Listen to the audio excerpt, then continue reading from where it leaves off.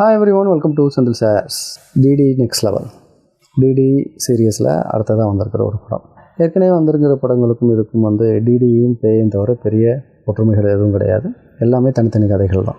இதையும் நீங்கள் ஸ்டாண்டர்டனாகவே தாராளமாக பார்க்க முடியும். ஏற்கனவே வந்த படங்களை விட இந்த படம் லெவல் மேலே போயிருக்கா இல்லை லெவல் கீழே வந்திருக்கா அப்படிங்கிறது, இந்த படம் எப்படி இருக்குது அப்படிங்கிறதையும் இந்த வீடியோவில் நம்ம பார்க்கலாம். இது வரைக்கும் நம்ம சேனலை சப்ஸ்கிரைப் பண்ணலன்னா சப்ஸ்கிரைப் பண்ணிங்க. இந்த வீடியோ பிடிச்சிருந்துச்சின்னா லைக் பண்ணுங்கள், ஷேர் பண்ணுங்கள், சப்போர்ட் பண்ணுங்கள், கமெண்ட் பண்ணுங்கள். வாங்க வீடியோவில் போகலாம்.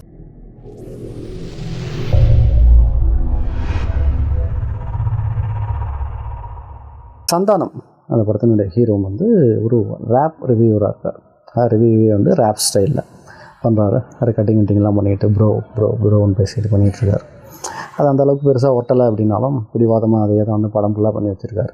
இவருக்கு ஒரு அழைப்பு ஒன்று வருது, ஒரு படத்தை பார்த்து ரிவ்யூ பண்ணணும் அப்படின்னு சொல்லிட்டு.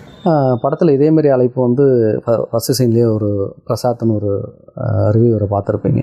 அவருக்கும் வரும். அவர் தனியாக தான் போவார். போனதுக்கப்புறம் தான் தெரியும் அது ஹிட்ச்காக் இருதயராஜ் அப்படிங்கிற ஒரு பேய் கொடுத்த அழைப்பு. அது ஒரு இயக்குனராக இருந்த ஒருத்தர் இந்த மாதிரி விமர்சனங்களால் பாதிக்கப்பட்டு அதை அப்பே இவரோட உயிரோடு இருக்கும்போதே சைக்கோவாக மாறி அந்த விமர்சகர்களை மட்டும் இல்லாமல் அவங்க குடும்பத்தையே விதமாக கொலை பண்ணிகிட்டு இருந்தவர். ஒரு கட்டத்தில் அவரே கொலை செய்யப்படுறார் ஒரு சிலரால். கொலை பண்ணதுக்கு அப்புறமும் பேயாகவும் மாறி இந்த மாதிரி ரிவ்யூ எழுதுறவங்களை நான் பழி தீர்ப்பேன்னு சொல்லிட்டு அவருடைய சொந்த தேட்டருக்குள்ளே இருக்காது. அதில் அவங்கள வர வச்சு ஒரு வினோதமான முறையில் அந்த பேய் கொலை பண்ணிகிட்ருக்கு. அதே பேய்கிட்டேருந்து தான் இப்போ நம்ம ஹீரோவுக்கு அழைப்பு வந்திருக்கு. இங்கே வீட்டில் இவருக்கு அப்பா நிலகல் ரவி, அம்மா கஸ்தூரி, ஒரு தங்கையும் பணிய இருக்காங்க. ஒரு 2-3 படங்களில் கிளாமராக ஆக்ட் பண்ணியிருப்பாங்க. அவங்க தங்கையாக போட்டிருக்காங்க. இவர் பெரிய ரிவ்யூவர்ன்றாங்க. நிறைய பேருக்கு இவர் தெரியுது. கிசாக்கோ 29 அப்படின்னா ரேப்பர்னு தெரியுது. இவ்வளோ பெரிய ரிவ்யூவர் யூடியூப்பில் எப்படி சம்பாதிக்காமல் இருக்கார் அப்படின்னு சொல்லிட்டு எனக்கு தெரில. அவங்க அப்பா அவரை எதுவுமே சம்பாதிக்கலை அப்படின்னு சொல்லி திட்டுறாரு. ஒரு டெம்ப்ளேட்டில் ஒரு ஃப்ளோவில் அப்படியே எழுதிட்டாங்க ஒரு கதை. அந்த கதை அவங்களுக்கு ஒன்றியும் தான் வெளிச்சம், நமக்கு தெரியாது. இப்போது இவங்களுக்கு இந்த இது வந்திருக்கிறதுனால இவர் என்ன பண்ணுறாருன்னா அந்த தேட்டருக்கு படம் பார்க்குறதுக்காக போகிறார். பார்த்தோன்னே ஏதோ தவறாக இருக்குது அப்படின்னு தெரிஞ்சுக்கிட்டு திரும்பி வந்துடுறார். வரும்போது தான் ஒரு ஞாபகம் வருது, ஃபேமிலிக்கே இன்விடேஷன் கொடுத்துருந்தாங்களே, நம்மள ஒரு அவசரம் கொடுக்க ஃபேமிலியாச்சே, உள்ளார போய் மாட்டிக்கிச்சு என்னமோ நினச்சிட்டு போகிறாரு. அதேமாதிரி உள்ளார போய் அவங்க மாட்டிக்கிறாங்க. அதனால் இவரும் அந்த தேட்டர் உள்ளார போகிற மாதிரி ஒரு சூழல் வந்துடுது. தேட்டர் உள்ளார போனதுக்கப்புறம் தான் அந்த ஹிட்ச்காக் இருதயராஜ் பேய் என்ன பண்ணுதுன்னா, அதுதான் செல்வராகவன் பண்ணியிருக்கார் அந்த கேரக்டர். படத்து உள்ளார இவங்களை அனுப்பிடுறாரு, குடும்பத்தையும் அனுப்பிடுது, இவரையும் அதில் அனுப்பிடுது. மொட்டராஜேந்திரனும் இதில் இவரோட தானா வலுக்கட்டாயமாக நானும் ரவுடி தான் சொல்லிட்டு மாட்டிக்கிறார். படத்து உள்ளாரே அங்கே தேட்டரில் போடுற ஒரு படத்து உள்ளாரே இவங்களை ஒரு கதாபாத்திரங்களுக்கு நடுப்புற இவங்களை அனுப்பிடுறாங்க. இதில் என்ன பிரச்சனை அப்படின்னா, இவங்களை தவிர, அதாவது சந்தானத்தையும் மொட்டராஜேந்திரன் தவிர மீதி இருக்கிற எல்லா கதாபாத்திரங்களும் அதை உண்மைன்னு நினச்சி உள்ளாரையே வாழ்ந்துகிட்டு இருக்கும். இவங்களுக்கு முடியும்னா இது படம், இது கதாபாத்திரங்கள் அப்படிங்கிறது இருக்கும். அதை சொன்னாலும் யாருமே நம்ப போட மாட்டாங்க. இப்போ இதே மாதிரி சூழலில் அங்கே யூடர்ன்லேருந்து ஒரு போர்ஷன் எடுத்து யூஸ் பண்ணியிருக்காங்க. இந்த கேனிபல்ஸு சாக்கில் தச்ச ஒரு மாதிரி கொடூரமான மார்க்ஸ் எல்லாம் போட்டுக்கிட்டு எல்லாரையும் வெட்டி திங்கிறது அப்படிங்கிற மாதிரி ஒரு கேனிபல் கூட்டம் நடந்துகிட்ருக்கு. இவங்ககிட்டேருந்து இவங்க குடும்பத்தையும் காப்பாற்றணும், இவரையும் காப்பாற்றிக்கணும். அப்போ பேய்கிட்டேருந்து இவங்க காப்பாற்ற வேணுமானா பேய்கிட்டேருந்து இவங்கெல்லாம் தப்பிக்கலாம். ஆனால் அந்த பேயை பார்த்தா யாருக்குமே பயம் வராது. குழந்தைங்க கூட ஜாலியாக சிரிச்சு தான் போகும். ரெண்டாவது அந்த பேயும் அந்த கேனிபல் கூட்டத்தை தான் கொலை பண்ணுறதுக்கு ட்ரை பண்ணிகிட்ருக்கு. அதனால் நமக்கு அந்த பேய்க்கும் அதுக்கும் சம்மந்தம் இல்லை. இப்போ என்னென்னா, இந்த கேனிபல்கிட்டேருந்து இவங்க குடும்பத்தையும் இவரையும் காப்பாற்றிக்கணும். படம் முடிகிற வரைக்கும் சாகாமல் இருக்கணும். எந்த கேரக்டரும் சாகாமல் இருந்தால் அந்த படத்தை விட்டு நீங்கள் வெளில வந்துடலாம் அப்படின்னு சொல்லிட்டு அந்த ஹிட்ச்காக் பேய் சொல்லுது. இப்போது கடைசி வரைக்கும் இவரையும் காப்பாற்றிட்டு அவருடைய குடும்பத்தையும் காப்பாற்றி வெளியில் வந்தாரா இல்லையா அப்படிங்கிறது தான் மிச்ச கதை. இதில் என்னென்னா, அந்த கதைக்களம் இருக்கு இல்லையா, கதைக்குள்ளார போயிடுறாங்க.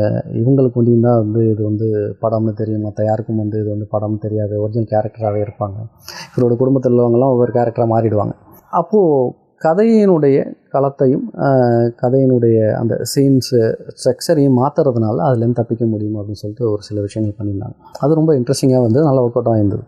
இந்த மாதிரி விஷயங்களே அப்படியே நூல் பிடிச்ச மாதிரி பண்ணி படத்தை அழகாக கொண்டு போயிருந்தாங்கன்னா கடைசி வரைக்கும் ஒரு நல்ல ஒரு ரிமார்க்கபிளான படமாக அது வந்திருக்கான வாய்ப்பு ரொம்ப ஜாஸ்தி. ஆனால் அதெல்லாம் அவங்க கான்சன்ட்ரேட்டே பண்ணலை. எப்போதும் போல் அந்த யூஷுவல் பேட்டர்ன் ஒன்று இருக்கும் இல்லையா டிடியில், அந்த ஒரு பேட்டர்னில் வச்சு காமெடி ஒன்று பண்ணிட்டு போயிருக்காங்க. காமெடியில் வந்து மொட்ட ராஜேந்திரன் வந்து ரொம்பவே பிரமாதமாக அதில் வந்து இந்த படத்தில் வந்து ஹெல்ப் பண்ணியிருக்கார்.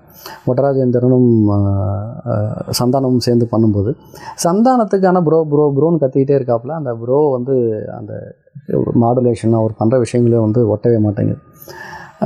மொத்தமாக காப்பாற்றினது மொட்ட ராஜேந்திரன் தான் சொல்லணும். நம்ம நிழல்கள் ரவி ஒரு சில இடங்களில் நம்மளை சிரிக்க வைக்கிறார், ஒரு சில இடங்களில் முகம் சொல்லிக்கிற மாதிரி தான் இருக்குது அவருடைய காமெடிஸ். கௌதம் மேனன் எதுக்குன்னே தெரில, அவர் மொத்தமாக அழைச்சிட்டு வந்து ஒரு மாதிரி கேவலப்படுத்தி அசிங்கப்படுத்தின மாதிரி தான் இருக்குது. கிக்ஸ்லி எப்போதும் போல் ஒன்றும் பண்ணலை, படத்தில் வந்து சும்மா அப்படியே வந்து போகிறாப்புல.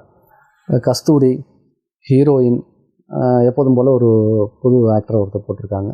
அவங்க லிப்ஸிங்கும் வரல, ஒன்றும் வரல. நார்த்லேருந்து அழைச்சிட்டு வந்தாங்களா சரி ஈஸ்ட்லேருந்து அழைச்சிட்டு வந்தாங்களான்னு தெரில. அப்புறம் அவங்களோட தங்கை, இங்கே 3 பேரையுமே பாரபட்சம் இல்லாமல் ஈவன் அம்மா கேரக்டர்னு கூட பார்க்காம எல்லாரையுமே கிளாமருக்கு யூஸ் பண்ணியிருக்காங்க படம் முழுக்கவே. வேறு ஒன்றும் பெரிய வேலைகள்லாம் அவங்களுக்கு இல்லை.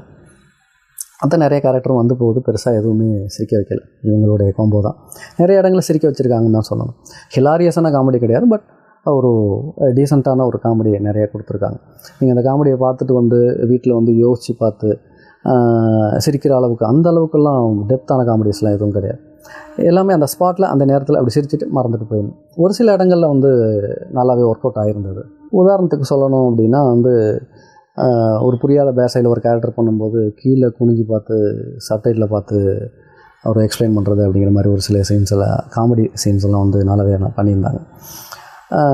இதற்கு முந்தைய படங்களோடு ஒப்பிடும்போது என்னோடய காமெடி விஷயங்கள்லாம் வந்து ஒரு படி கீழே தான் இருக்குது. அதோட பெருசாக ஒன்றும் இதில் எதுவும் செய்யலை. ரெண்டாவது அந்த பேயும் வந்து ரொம்ப வலுக்கட்டாயமாக தெளிச்ச மாதிரி இருக்குது. ஏன்னா ஏற்கனவே உள்ள அந்த பிளாட்டை இந்த யூடென்லேருந்து எடுத்து பிளாட் பண்ணியிருக்காங்க, அதுவே டீசெண்டாக தான் இருந்தது. அதை வச்சுட்டே நவுத்திருக்கலாம். கண்டிப்பாக அதில் டிடின்னு வச்சதுனால பேயின் பண்ணிங்கிற ஒரு ஆகணும் அப்படிங்கிற ஒரு கட்டாயத்தின் பேரை கொண்டு வந்து சொருவி வச்சுருக்காங்க. அதை ரெண்டாவது அதை பார்த்தா பயமும் இல்லை, எதுவும் இல்லை, பயங்கர வேடிக்கையாக இருக்குது. அப்புறம் நிறைய படங்கள்லேருந்து சீன்ஸாக உருவி அப்படியே அப்பட்டமாக வச்சுருக்காங்க. இது நல்லாவே தெரியுது. எக்ஸ்மன்லேருந்து எம்ஐலேருந்து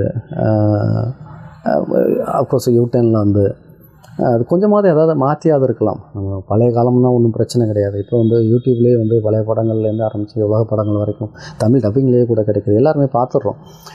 ஒரு இன்ஸ்பயர் பண்ணி பண்ணுறது வேறு, அதை அப்படியே சுட்டு வைக்கிறதுங்கிறது வேறு. அதை நிறைய இடங்களை உபயோகப்படுத்தியிருக்காங்க. அதை கொஞ்சம் தவிர்த்துருக்கலாமோன்னு தோணுச்சு.